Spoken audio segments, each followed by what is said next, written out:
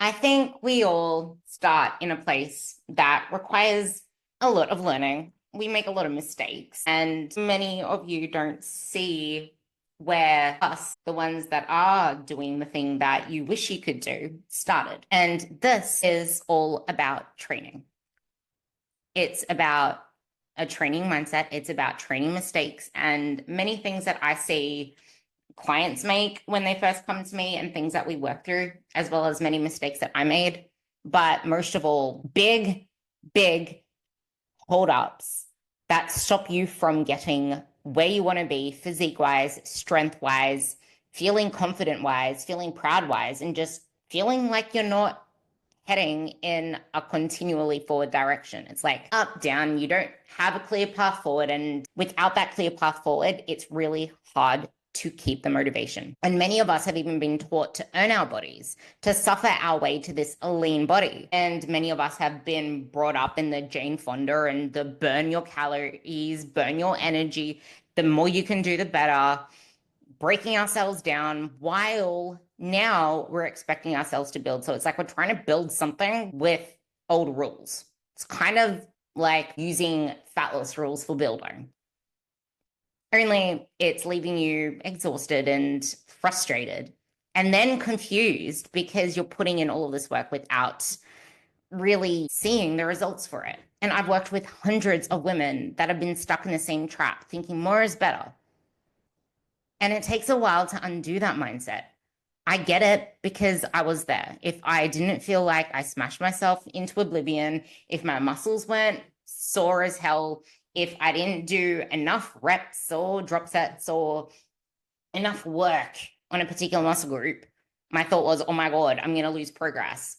I'm shortcutting myself. I'm not going to build enough muscle. And that was my mentality back then. We all start in different places, and many of the mindsets kind of revolve around the same. And I've been in many different mindsets, and I'm hoping that some of this can relate to you because the other side is not only worth it, but it makes you feel like you can do anything strong, confident.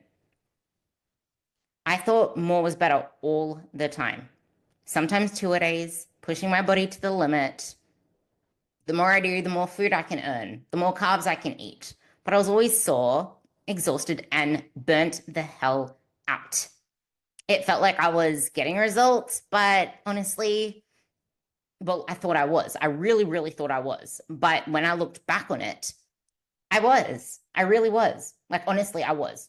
Not joking now. But that's the thing. I was until I wasn't. It just became a maintaining thing until I started to look worse over time. And that's the thing. That's the trap we all fall into.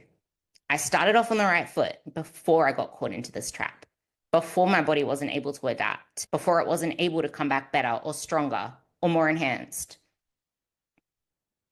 And I think this is where a lot of the industry kind of doesn't really help you guys because they're not meeting you at the place that you're actually thinking in your mind because it's worked before. Whatever you've been doing, you've seen results from it. So it makes sense to keep continuing on with it. It kind of has this disconnect between you're saying this, but I've experienced this, but now I'm experiencing this. My body doesn't work anymore. What used to work doesn't work anymore. It's like, well, no, sorry, no fucking shit. Of course it doesn't.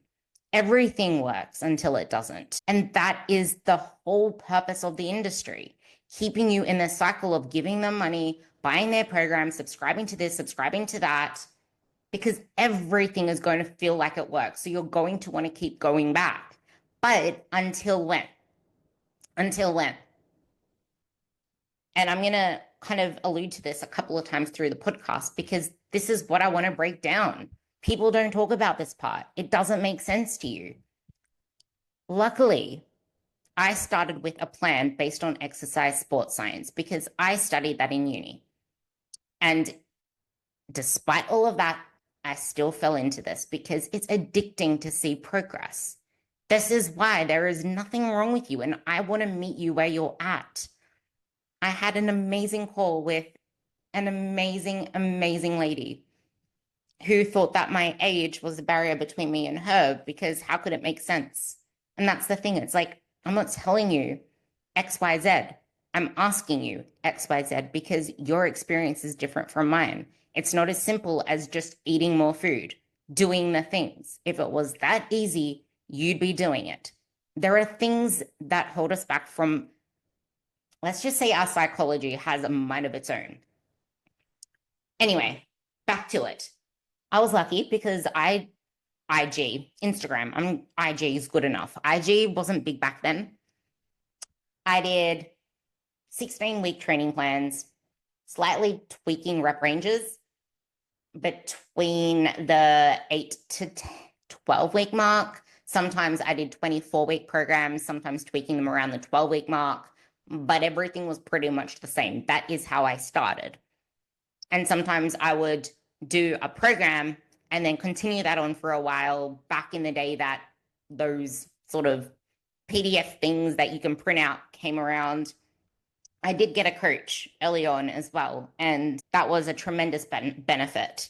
Although even with a coach, I still was stubborn young me thinking I knew better, this, that, and the other. And I felt like I can do more. I want to get more gains.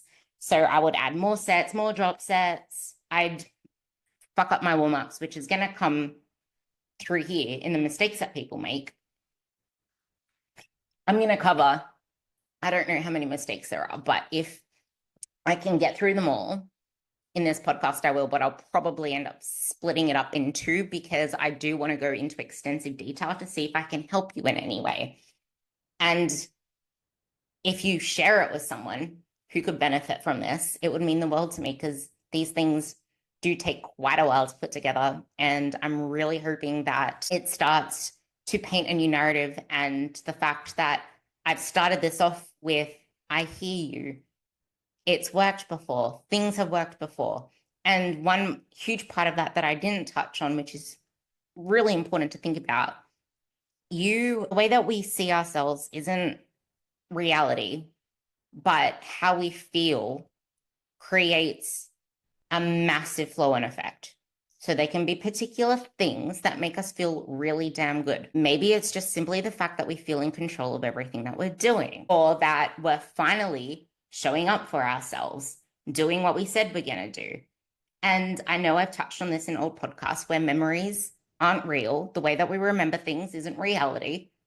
It morphs and shifts over time, and the way that we paint particular feelings and narratives of what happened changes based on our current context. So we might feel like it was the best time of our lives, but that's just what we remember of it. And I had this conversation with one of my clients before, which is what I'm going to bring into this as well, because I feel like it's really important to bring in. And I'm going to take note of it because I know a lot of you can relate, especially if you've not thought of the life that you live now compared to when you started. But as I was saying, Instagram wasn't a thing back then. So I didn't get caught away in fluffy exercises and changing things up all of the time. I don't even remember glute kickbacks ever being a thing when I started. But then I got lost in it all, thinking more is better. And I saw more results from it, like I mentioned. I wasn't under eating, which helped until I started to later on. But I was eating more because I wanted to build muscle. Obviously, I also gained some weight with this, but muscle and strength was my goal back then. And I did gain quite a lot before I lost quite a lot. And this is the thing, like I felt addicted to the results I was seeing, but I never felt happy within myself. Like I was happy, yes, and it was awesome, yes, but I was still nitpicking my body. I was always feeling like it was never good enough. It just never felt right. It felt like I had to commit to particular goals, otherwise I'll get lazy. It was like contingent on the fact that I had a particular goal to aim towards. I almost forget that it's really emotionally challenging to go from having all of these goals to not having any goals at all. And I feel like that's probably something I need to talk about because I was someone that needed to have goals. Otherwise, I wasn't going to do anything. I needed to commit to a comp prep. Otherwise, I wasn't going to, like, I was scared that I was going to fall off. If I don't keep myself accountable, I'm going to fall off. I don't want to have that shame. I don't want to make myself seem like, oh, she's weak. She has no discipline. But that's not what you need through this. Like, why are you doing this? It's to live a longer life, a stronger life, to look better, to feel better. And if you're not going to feel better in the process and if you're suffering your way there, how does that fit into the context of your life? The whole point of this one is to feed into the biggest mistake, and that's thinking that more is better. The harder we grind, the more discipline that we have. It's the first mistake for training. It was doing more, eating more. The scale went up, that's fine because I didn't have an issue with that. But then like I mentioned, when I got caught up in that whole comp prep mindset, it was a lot of fish, a lot of greens, a lot of under eating the calories that I got given. I think that was when I got my first coach. And he was a bro coach. Do your faster cardio. So of course I was very good. I wanted to be a good girl. I wanted to be disciplined. Doing the hard stuff was easy for me. Being disciplined was easy for me. Being tightly gripping onto something was easy for me. Moderation was not. Stepping away was not. Resting was not. Hard stuff was easy, but it did not lead to results. And I think a lot of us feel like it's discipline, discipline, discipline, do more, do more, do more. And then I got trapped, scared to go over a certain scale number. But that's not what this podcast is about. It's about training and the mistakes. But this provides some context as to why we can feel like some things work for us and some things don't. Provide some context into, I didn't get it all right from the start. I made mistakes too, but I was lucky that I did start off on the right foot. I used my newbie days to build a lot of muscle, but I also used those newbie days to lose a lot of muscle because I was stuck dieting, working my ass off in the gym. Nothing was happening, so I added another day. While dieting, under eating, not really eating any carbs at all, needing to earn my carbs. It wasn't a really nice place to be at all. I was eating hardly anything, and I just felt like I was getting fatter over time. I do have something from one of my clients. I might put it in somewhere here. The same thing, eating more, way more carbs, and all of a sudden she started leaning out. Her clothes started feeling looser. Because sometimes it's that burnout that leads to us being absolutely resistant to things, getting softer, adding body fat, while eating very little and training very much. Because it's not just about what goes into your mouth sometimes. There's a whole lot more to metabolism because it's just the net sum of how our body can use energy. That's in, that's out, and it uses energy for so many processes. But if a lot of those processes are not working optimally, that's where things start to go haywire. Just do it. Yeah, thanks, Sheila. Thanks for the information. It's not that easy. There's information everywhere. I'm overwhelmed and I don't know what's right. I don't know what to do. What if it's not right? What if it's right? What if it is right and my body doesn't respond? That's then where I got to. What if it is right? I knew it was right. Like, because I was studying it and I was a coach, I knew there were many things that were right, but I did not think my body would respond to it. I thought there was something wrong with me, with my body. Obviously, I didn't see my body as it was either.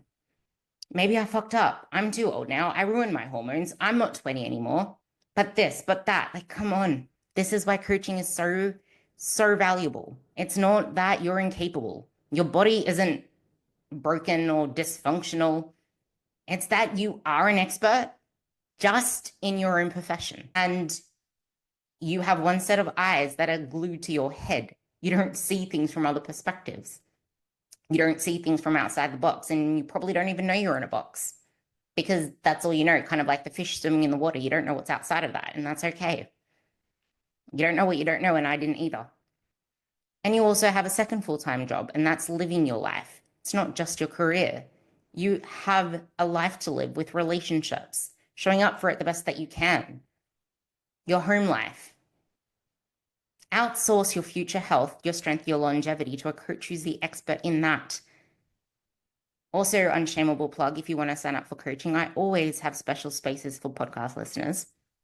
But that was a roundabout way of trying to dig into the meat of how more is not better. It just makes you more burnt out, more frustrated. It doesn't allow you to progress the way you need to progress for the physique changes that you want. Because you can adapt because you can't adapt and get any results from what you can't recover from. And muscle requires you getting stronger at something over time. And if you're not recovering, if your body is still fatigued, if you have high stresses in your life, if you're going through perimenopause, that adds another stress. All of this, you're not building any muscle. Once you turn 30, you start losing muscle if you are not actively trying to gain it. And it only gets worse once you hit 40. Then once you hit 45, it's even worse. So get on it now. Proper fuel will be another one, but that's for another podcast. Just know that that also plays into niggles and joints and being sore and recovery, and all of that impacts how you adapt, how you recover, and how much you can give, and the energy you have outside of training, and the ability to train however many it is. Second mistake, doing too much in one session. That only scratches the surface, but we can go a little bit deeper into that one, like bro splits that completely sabotage you. It works at first, but arm days, shoulder and ab days, back days, chest days, quad days, glute days, blah, blah, blah. Like, no, you need to hit things at least 2 to 3 times a week to progress, especially after the age of 30, because muscle protein synthesis reduces after that 48 to 72-hour period. So hitting things 2 to 3 times a week is where we want to be, which means full body sessions or upper lower splits. I put most of my girls on upper lower splits.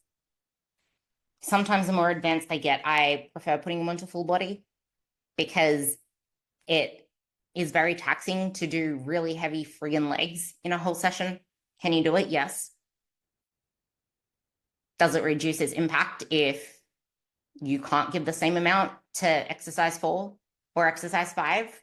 Not really, because that's where we just need to adjust our expectations, because giving the same 500% to a single leg press or a hyperextension or whatever is at the end of your training day that you did your deadlifts at the start of your day, it's not possible to give it the same 500%. Not absolutely. But you can still give it your relative same 500%. It just comes down to adjusting expectations. And it doesn't mean less results either, because you've already got your body to a place where now it's actually going to use more muscle fibers because the others have already been fatigued. So now you're stimulating the other ones. It's just you don't want more and more and more, because then how are you going to recover? That's going to eat into your other sessions. You only need to do as much as is necessary for you and your particular progress, which is different for everyone. This is where that less is better comes in as well, but in a different scenario. This isn't for the whole program and the whole thing in general, it's for the whole session. And that's why the biggest mistake here is not understanding how all of this works and using old numbers, I almost said old measures, old numbers to measure up against. Like what you lifted for your dumbbell shoulder press in your last program compared to this program. In last program, it was exercise 1, this program is exercise 5. Like, that's not fair. And then there's loading parameters with sets and reps, or if there's tempo. That will stop you doing things the way you need to do them because you think that you need to hit the old numbers. If you use less weight or do less on it, does that mean you lost strength and progress? No. And that's the huge thing that I was touching on before. You're still sending a stimulus. Blah, blah, blah. You're still sending the right stimulus to the muscles. That is the stimulus you want to hit with those muscles. All that matters is that you're having quality sets, quality nutrition, and good enough lifestyle factors to facilitate all of this, to facilitate you being able to push your best, which won't happen if you have those million sets and million reps and a million exercises and you're doing glute day every single day of the week. The goal is mechanical tension, which just means proper execution, proper form, and then taking that until your form fails. Done. Rest. On to the next set. Relative, not absolute efforts here. The third mistake is never doing anything in the 4 to 8 rep range and never working to that heavier rep range. And this isn't just to say train in the 4 to 8 rep range, because most of you cannot do it effectively. And that's why typically I will start my clients out in the 8 to 15 rep range. And then get them really, really good at 8 reps, like really good at 8 reps, where they are pretty much failing that 8th rep. And then they fail their 7th. Getting them neurologically adapted to that, because you might you might be able to do, for example, 60 kilos on your deadlift or 15 reps, 60 kilos. But as soon as I'd get you to do 5 reps or 4 reps, you can only do 70. From 15 reps to 5 reps, and you can only do 10 kilos more. Maybe even 65 is all you can do. Like, it takes a different level of mind neural to muscle, which is called neuromuscular activation potential. And that's built, that's a skill. And you work your way there. And that's probably the best thing you can do, because it's that type of training in the 4 to 8 rep range that builds strength and builds muscle that lasts, because that is true hypertrophy. That is true muscle building. But it's also not just that. Like, you do need the higher rep ranges as well. It's the whole, like, it's where it all fits in. Some people are fine in the 10 to 12 rep range. I have a lot of clients that do a lot of work between 8 to 15. It's just that they also have work in the 4 to 8 rep range. It's kind of like power building. You have the big moves in the 4 to 8 rep range, and then the other moves are in the 8 to 15 rep range. And that's what I love when I'm programming my girls, because once they can get that 7, 8th rep and it looks like they're truly hitting in those muscle fibers, to me, that is unlocking level 2 and level 3 of training. And I can start programming them way more specifically to that strength potential with more specific progressions on that strength potential. Like, my lifts are basically always the same, but my bigger moves, they change rep ranges, sometimes sets every 6 weeks. And if there are weaknesses that my coach notices, they get adjusted in and out depending on it, wherever is needed. For example, one of my exercises that I've been doing for the last however many weeks, I don't know, I don't count weeks with him, got changed to a cable row. It was something with dumbbells, or was it a machine before? Because I have both. And that is what progress is. That's what actual progress is, not just random programs every month. And that's what we need to stop believing. Because once you are on the path to progress with real progressive training, you will see how much it changes your body. And that is just the start. And the hardest part is the part before that, because it's like you're doing all of this hard work, putting in the effort, putting in the focus, the time, and you're not really seeing it pay off. That is the hardest part, where you're putting in the work without the reward physically, because you're not going to see it physically for quite a while, because muscle growth is so freaking slow. And that's why so many people gravitate to fat loss, because that is so fast.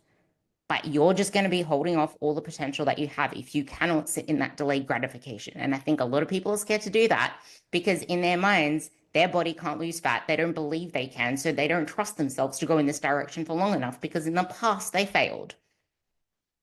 But you are going to continue failing if you don't shift that mindset in this process, because if your mind is still on dieting, then all of this stuff is going to be short-lived.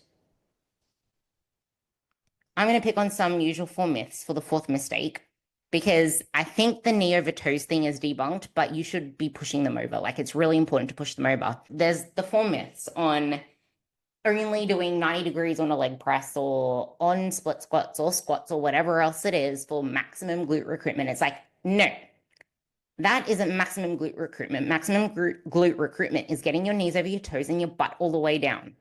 You can minimize the quads by doing that, but you're also minimizing the glutes. And not only that, a lot of you want that hourglass looking physique. You want shape. You're not going to get shape without working on your quads. And many of you want to have striations in your legs or definition in your legs. You're not going to get that without training your quads either. So that's just something to get out there. And then there's the lat pull downs, thinking that wider is more lats, but it's not. That's more upper back for lats. You want to have like neutral shoulder width grip. I have a lot to say on back exercises because a lot of people don't use their shoulder blades properly, which is what I'm hoping to put out more into my content. And then leg press or any of those machines, you need to pull yourself in with the handles, not holding your boobs in the leg press or hands wherever else you want to put them. Hold on to the handles. I've had some people say that they can't reach the handles. Get figure eight straps and try to pull yourself in with the figure eight straps. Better than nothing, but I don't really know. Just try to grab somewhere on the machine. I wouldn't know unless I saw your machine. The fifth mistake is stretching, warm-ups, and cardio. Doing these before your workouts. Cardio is not a warm-up. Do not do cardio as a warm-up. And stretching is, unless your coach gives you something specific, do not stretch before you work out. It's a terrible thing to do. It can lead to injury if you do it wrong. So it needs to be specific. Stretching is different from mobility drills. Mobility drills are fine. But once again, make sure it's specific to what you need to do, not just random. Things that I like are mobility drills and core work. Like, for example, I do couch stretches. I just said don't do stretches. But I would never do couch stretches before anything squat related. But I do them before my RDLs and before my deadlifts because it helps open up my hips. And that's also why I like 1990 hip switches, which is a mobility drill. And I like dead bugs, which is a core engagement thing that works with your lats because you also need to control where your arms are moving. And it also controls you in a dynamic movement while your arms are moving upwards and your legs are moving downwards, kind of like a squat and kind of like a deadlift. So it helps with that. The sixth mistake is rest periods. I was amazing at this. The bad stuff. The drop setting, the supersetting. The supersetting the wrong things because yes, there is a right and wrong way to superset depending on where you are in your programming. But rest. Compound lifts, at least 90 seconds. I give leg presses and deadlifts and squats at least 3 minutes, even Romanian deadlifts. And rest between legs. Between arms, that depends. I do it for rows because my rows are pretty damn heavy, but for my lat pull down single arms, I just go straight between them both. My rows, my heart rate's jacked the hell up. So seventh mistake, changing programs every month, kind of like what I was talking about before. If you think that as soon as you stop progressing on a lift or things start to slide backwards, that it's not working anymore or something's wrong, so then you change it, that is where you're stopping progress because progress is when things are not moving forwards. Funnily enough, because that's when you're forcing change. If you're just seeing the numbers go up, that is the newbie gains of gaining the strength there, gaining the skill there. Like my first 2 weeks of anything, sometimes my first 3-4 weeks, weights are going up pretty damn well. And then it's just fighting for it and keeping the same thing. I do have a post on that coming up soon. But if your program is sound and your effort and intent are there, if you are just fighting to keep what is on your logbook, that is the start of true progress. The rest was, like I mentioned, just your strength potential showing itself for new lifts. That's why a lot of people love new programs because they can see progress right away, but you're not really progressing. You're just keeping your body not getting results. So that's something to keep in mind there. And I will probably also add in here that the reason I mentioned provided your program is sound is because it's very easy to stay plateaued and not really see any strength progress. Like I mentioned, if there is a lot whacked into one day, or even if you have a lot of sets for a particular exercise, like your body is going to get free and fatigued. If you're doing bro splits, it's probably going to be the same thing if you have a lot of exercises for the same thing. Like the goal isn't to overwhelm yourself with volume. It's to make more out of less, to make that effective. Now, the eighth mistake, the all or nothing mentality, skipping the gym if you can't do a full session, which stops you being consistent. And that, like this to me, is a mistake because you feel like you lost strength. So now you stay stuck in shame, you feel behind, your confidence takes a hit because you can't do it. But there is muscle memory, provided you give your body the ability to build muscle memory, which takes getting consistent and getting strong. But if you keep starting fresh Monday every time you miss one workout, you're not allowing yourself to progress. Consistency doesn't mean getting in a whole workout or perfect weeks. If you can only get in half a workout, that's better than nothing. This is kind of why I don't believe in deload weeks, because a lot of people already fight to get that consistency they need, and that's fine. That's why I'm bringing this one in, because it's not about being perfect. You can still progress in that way. It's just do the best that you can. And if something keeps getting in your way, figure that out so you can at least get some exercises on the board, get some workouts on the board, get 3 half sessions in. If you can't get 3 full sessions in, that's the best place to start. The next mistake is comparing to influencers, and you don't even know how long they've been lifting for, because what they're doing now isn't what got them the body they have now. If you see someone like me make incredible progress in my deadlift in a short period of time, you probably didn't know that I used to compete competitively in deadlifts. That's why I can build it up to where I have now. It's not just I just started deadlifting and all of a sudden, voila. Most of the women you're comparing to have been lifting consistently for at least some few years, because no one likes posting their failures in their startups. So keep that in mind. A huge one, another one, is avoiding what you're not good at or what you use little weights for, because you want to look strong and you don't want to use baby weights, or you don't want to look like a beginner and fail and look weird doing something. A lot of women avoid chest movements, and they're so important. If you don't do upper body to the intensity that you should be doing it, you're going to limit your lower body, because your upper body needs to support your lower body. If you don't have a strong back, you're going to struggle with most lower body stuff without getting niggles and pains and injuries. Same with chest, because it needs to kind of balance itself out. If you're not working your upper body properly, you're going to have posture issues as well, especially as you age.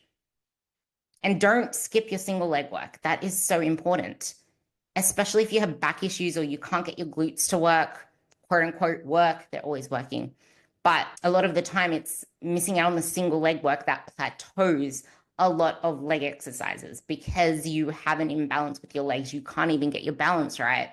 Your glute medius, the upper glute, is what helps with lunges. It's what helps with split squats. I would always prefer the single leg movements to fluffy upper glute stuff to start with, especially because it's something you can load quite a lot, and your glutes will be in huge demand if you yet can't balance.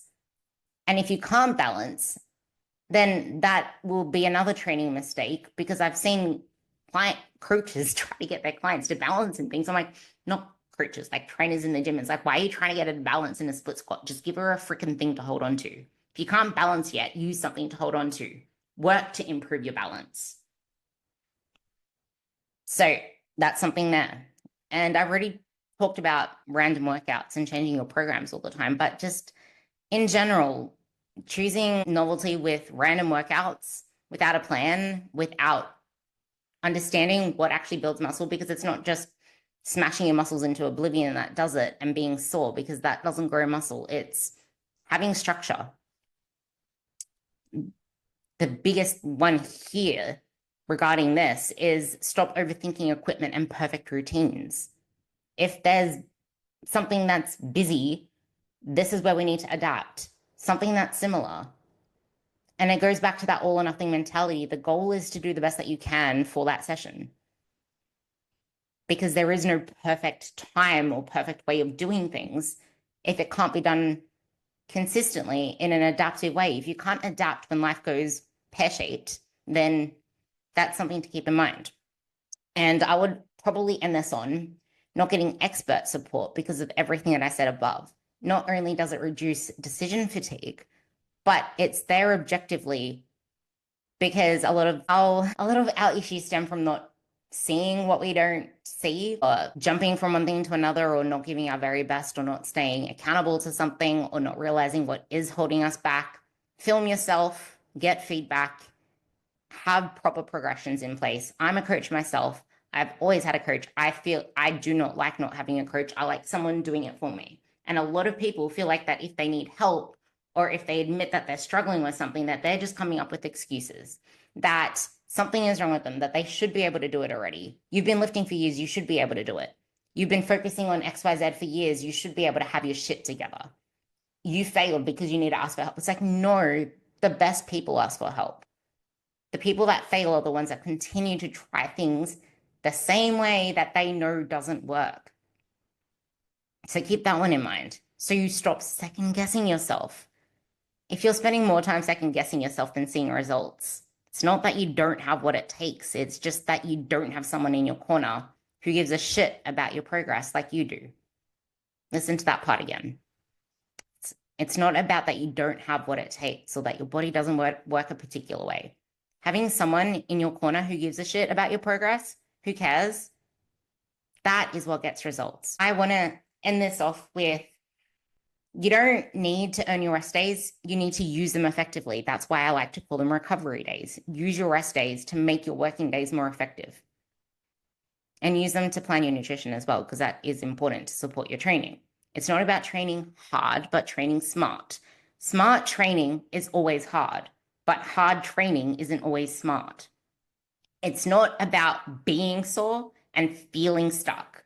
It's about being strong and feeling things change, because things can change and we can see, and someone else can see them change, but we won't see them if we don't do the work that allows us to have some self-compassion along the way as well. Like, you can be making amazing progress and still not see it. So that's why there is so much more to this than just follow a plan. Like, if that worked, we wouldn't have an industry this ripe with bullshit. Being sore, this is the third takeaway. Being sore, tired, fatigued, and well smoked. Actually like this one. Beef jerky. I love beef jerky. But being sore, tired, fatigued, and well smoked like beef jerky doesn't have a progress report. We want to get better. We want to get stronger. And we want to get fitter. None of those are in the job description. The tired, the fatigued, and the well smoked. I was trying to find something that I can say is well smoked, and beef jerky came up. So I'm rolling with it. And some questions for you. Where could you get support, or where could you drop some perfectionist, need to get it right mentality so you can start to build some momentum? Second question. What myths do you believe after listening to this podcast? What do you feel is slowing you down? Third question. Do you know how to use the progress cards? Do you know what to put on your progress cards? And what would shift in your progress if you finally changed your process? Something one of my girls came to me saying is she wasn't sleeping through the day anymore. She wasn't having energy slumps. She had more mental capacity. She started to improve her relationships because she had more energy to go out with friends. She started knitting again. She has less stress around food. She's finally eating carbs and loving it. So some takeaways for you. Cut your workouts to 3 to 4 sessions. Start each one with heavy low rep lifts, below 10 reps. Try to work your way to 8 or 6. Drop your volume.